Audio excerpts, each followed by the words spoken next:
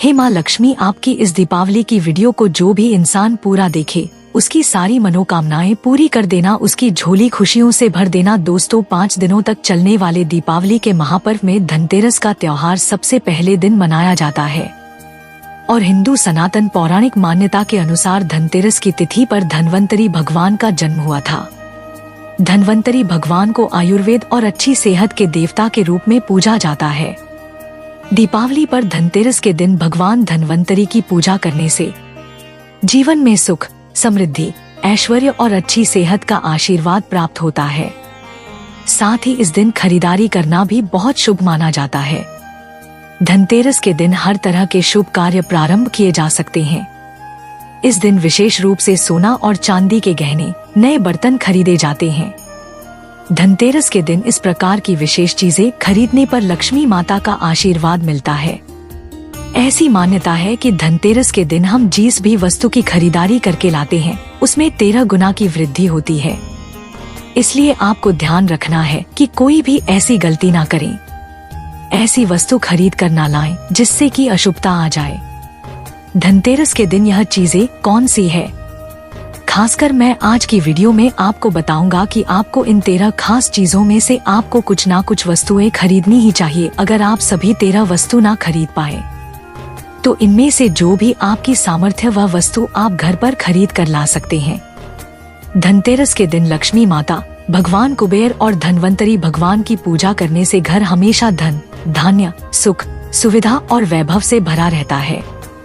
धनतेरस के दिन जो लोग सोने चांदी से बने हुए गहने या सोना चांदी ना खरीद पाए उन्हें भी ऐसी कुछ चीजें अवश्य ही खरीदनी चाहिए। सबसे पहले वस्तु है झाड़ू। धनतेरस के दिन नई झाड़ू खरीदना बहुत शुभ माना जाता है। झाड़ू को लक्ष्मी माता का प्रतीक माना जाता है और ऐसा माना जाता है कि नई झाड़ू से धनतेरस के दिन पहले पूजा करके फिर उसका प्रयोग करने से घर की सारी नेगेटिविटी दूर हो जाती है और घर में सुख समृद्धि का वास हो जाता है। अगर हो सके समर्थ हो तो धनतेरस के दिन एक झाड़ू का गुप्त दान करना चाहिए। इसे आप मंदिर में, किसी चौराहे पर या ऐसी जगह पर जहां से कोई भी जरूरतमंद मनुष्य इस झाड़ू को उठाकर ले जाए वहां पर आपको रख देना चाहिए। दूसरी वस्तु है साबुत धनिया के दाने। धनतेरस के दिन आप कुछ लेकर आए या ना आए, साबुत धनिया के दाने तो हर कोई ला सकता है। साबुत धनिया के दाने लाकर दीपावली के दिन उसे पूजा करने के बाद अपने ही घर में क्यारी में गमले में डालना चाहिए और ऐसा करने से कहा जाता है कि घर में आपके जो भी धन है, जो भी आए हैं उसमें बरकत होने लगती है। अगर आए दिन अनावश्यक रूप से खर्चे होते हो तो उसमें भी रोक लग जाती है। इस दिन नमक भी खरीद कर लानी चाहिए। नमक अगर आप तेल ही वाला लाते हैं तो और भी शुभ है, लेकिन आजकल डेली वाला नमक मिलना हर जगह आसान नहीं होता है, तो आप जो भी नमक आपको मिल पाता हो वह नमक आप इस दिन घर पर लेकर आए।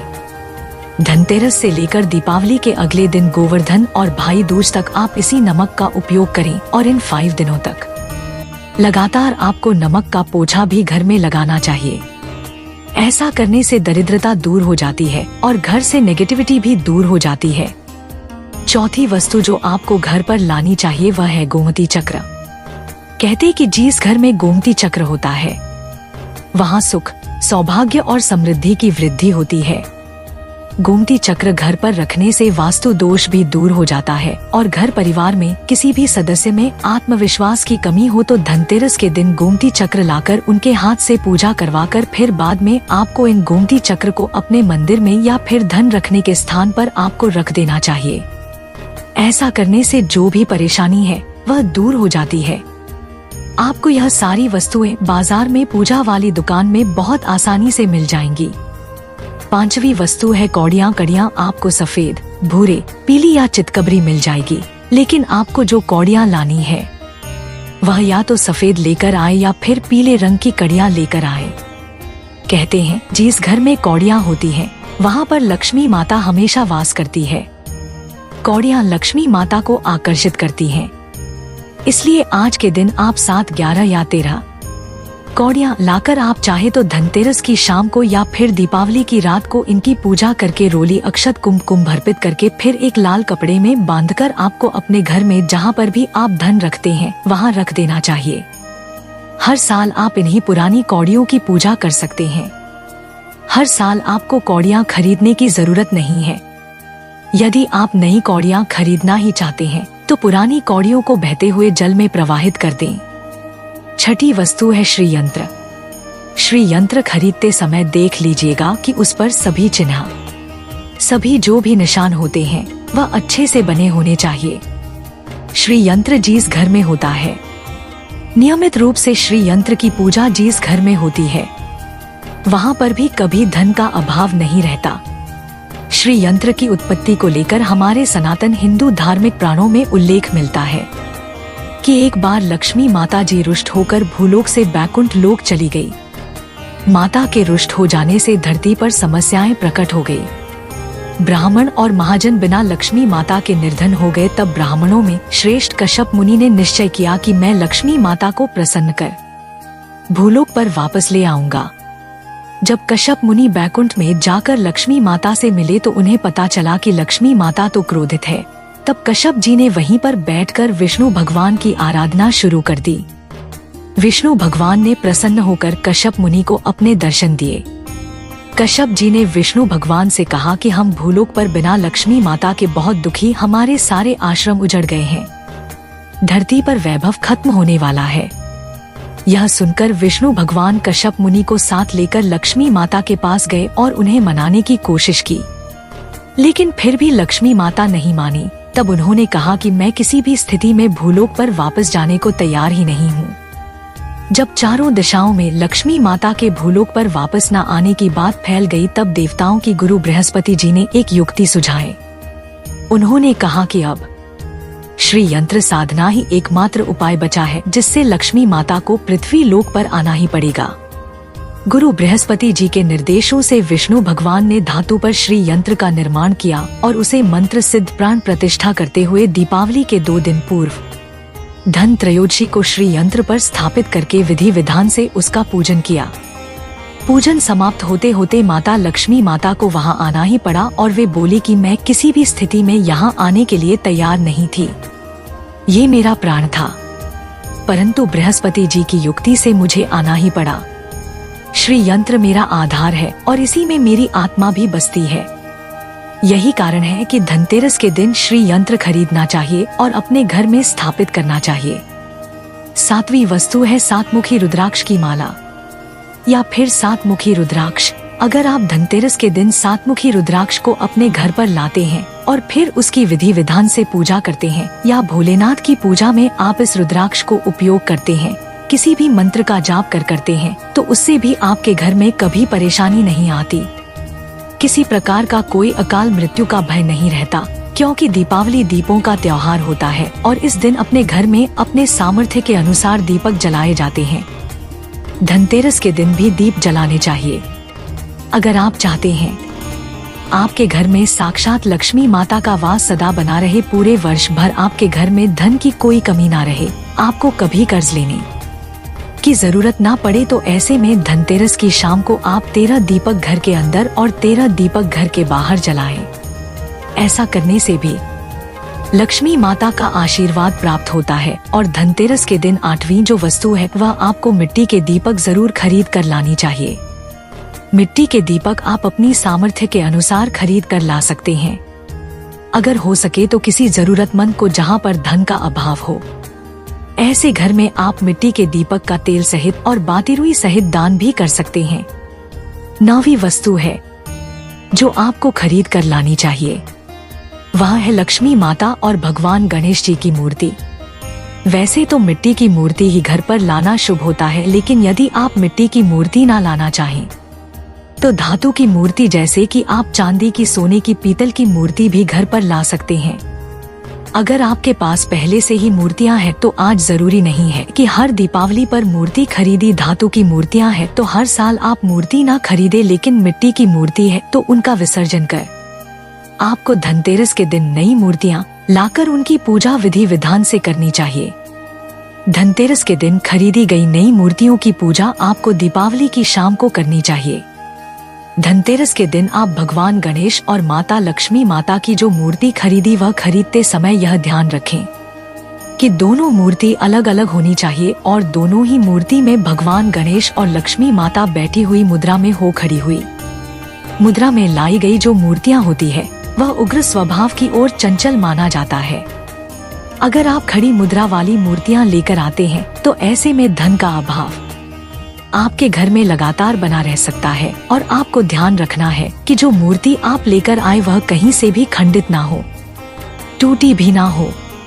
भगवान गणेश की प्रतिमा खरीदते समय ध्यान रखें कि उनकी जो सूंड है वह बाईं तरफ मुड़ी हुई हो और उनका वाहन मूसक भी उस मूर्ति में जरूर बना हो। और भगवान गणेश के हाथ में लड्डू या मोदक भी होना चाहिए और लक्ष्मी माता की जो मूर्ति है वह कमल के पुष्प पर विराजित होनी चाहिए और उनके हाथ में सिक्के हो या फिर सिक्के गिरने वाली अवस्था में हो। ऐसी मूर्तियाँ घर पर लाना बहुत शुभ होता है। बहुत से लोग आज के दिन उल्लू पर विराजमान की मूर्ति या फिर तस्वीर घर पर लेकर आते हैं, लेकिन आपको हाथी या फिर कमल के पुष्प पर विराजमान लक्ष्मी माता की मूर्ति या तस्वीर ही घर पर लानी चाहिए। कभी भी प्लास्टर ऑन पेरिस, जिसे POP कहते हैं, और प्लास्टिक की मूर्तियाँ इस दिन नहीं खरीदनी चाहिए और ना ही पूजा में उनका उपयोग करना चाहिए। आप केवल मिट्टी की या फिर धातु की मूर्ति ही लेकर आएं। अष्टधातु की मूर्ति भी आप ला सकते हैं। धनतेरस के दिन आपको जो अगली वस्तु खरीदनी चाहिए वह है कुबेरी यंत्र। कुबेरी यंत्र जिस घर में होता है वहाँ पर धन के देवता भगवान कुबेर का वास होता है, साथ ही लक्ष्मी माता भी वहाँ पर वास करती है। आपको उत्तर दिशा में ही धन कुबेर यंत्र की स्थापना करनी चाहिए। इस दिशा का सही निर्माण परिवार में समृद्धि और खुशियों को लेकर आता है। साथ ही अगर आपके घर में किसी तरह का कोई वास्तु दोष है तो वह दोष भी दूर हो जाएगा और व्यापार में आपके कारोबार में खूब बरकत भी होगी। कई बार लोग खूब मेहनत करने के बाद भी उतना धन, रुपया, पैसा नहीं कमा पाते जितनी आप मेहनत करते हैं, और मेहनत करने के बाद भी आपके रुपया पैसा की तिजोरी खाली ही रहती है। तो उसे पूरा साल भरा रखने के लिए आपको धनतेरस के दिन और दीपावली के दिन कुबेरी यंत्र की विधि विधान से पूजा भी करनी चाहिए। भगवान कुबेर और माँ लक्ष्मी के मंत्र ओम श्रीम क्रीम श्रीम कुबेराष्ट लक्ष्मी मम ग्रह धनम पूरे नमः का कम से कम एक माला या 21 बार जाप करना चाहिए। 11वीं वस्तु है सोने चांदी के गहने या फिर सिक्का। अपनी सामर्थ्य के अनुसार आपको आज के दिन सोने चांदी के गहने या फिर कोई भी चांदी का सिक्का खरीदना चाहिए और उसकी भी पूजा आपको करनी चाहिए। यदि आपकी सामर्थ्य ना हो तो आप सोने चांदी के गहने की बजाय मिट्टी के बर्तन या एक चम्मच भी आज के दिन यदि खरीद कर घर लाते हैं तो उससे भी आपके घर में पूरे साल खूब बरकत होती है। भक्तों सब जानते हैं कि धनतेरस के दिन नए बर्तनों की खरीदारी की जाती है, लेकिन नए बर्तनों में भी आपको यह ध्यान रखना है कि आज के दिन यदि आप पीतल के बर्तन खरीद कर लाते हैं तो वह ज्यादा शुभ होते हैं। आप पुरानी टूटी पर बर्तनों को बदलकर भी नहीं बर्तन घर पर खरीद कर ला सकते हैं। जिसकी यदि सामर्थ्य बर्तन खरीदने की ना हो तो उन्हें आज के दिन केवल पूजा से संबंधित जो भी सामग्री है वह खरीद कर घर आने चाहिए। ऐसा करने से भी आपको धन के देवता कुबेर भगवान और लक्ष्मी माता का आशीर्वाद प्राप्त होता है। जिसकी अगर सामर्थ्य हो तो वह अपनी सामर्थ्य के अनुसार इस दिन कुछ भी चाहे वह खरीद सकता है, लेकिन बर्तनों में आपको लोहे के बर्तन इस दिन भूल से भी नहीं खरीदनी चाहिए। लोहे के बर्तन खरीदने से एक तो शनि दोष सकता है, शनि ग्रह से संबंधित परेशानियां आपके जीवन में आपकी कुंडली में घर परिवार में आ सकती है और राहु केतु ग्रह भी बलवान हो जाते हैं। 13वीं वस्तु है पूजा का सामान और धार्मिक पुस्तकें।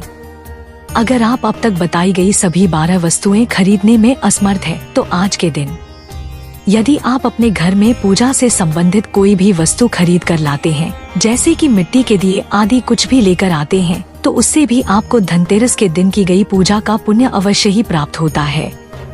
अगर आपको पूजा से संबंधित कुछ सामान लाना है जैसे कि रोली, अक्षत, कुमकुम, कलावा या फिर कोई भी सामान लौंग, इलायची, पान, सुपारी, बदशा, तो वह भी आप इस दिन खरीद कर ला सकते हैं। इसके अलावा धार्मिक पुस्तकों में जैसे कि व्रत कथाएं हैं या फिर पूरे हफ्ते पढ़ने वाले जो भी व्रत त्योहार हैं और आरतियां की किताबें, और अगर आप पढ़ते हो तो आप पुराण भी आप अपने घर पर ला सकते हैं। और पुराण घर पर बात जब भी आपको समय हो तो खुद ही पढ़ना चाहिए और दूसरों को भी पढ़कर सुनाना चाहिए। यह सारी वस्तुएं यदि आप इनमें से कुछ भी ऐसा भी वस्तु की खरीद कर लाते हैं तो उसे कहा जाता है कि आपके घर में पूरे वर्ष लक्ष्मी माता की कृपा बनी रहती है। घर में कभी भी आपको कर्ज लेने की स्थिति नहीं आएगी। आप जितना भी कमाएंगे उसमें आपको 13 गुना की वृद्धि मिलेंगे। भक्तों, अगर आप भी इस दिवाली माँ लक्ष्मी को अपने घर बुलाना चाहते हैं तो कमेंट बॉक्स में लिखें, जय माँ लक्ष्मी। आपका इस दीपावली हमारे घर में स्वागत है और हमारे चैनल को सब्सक्राइब जरूर करें। जय महालक्ष्मी।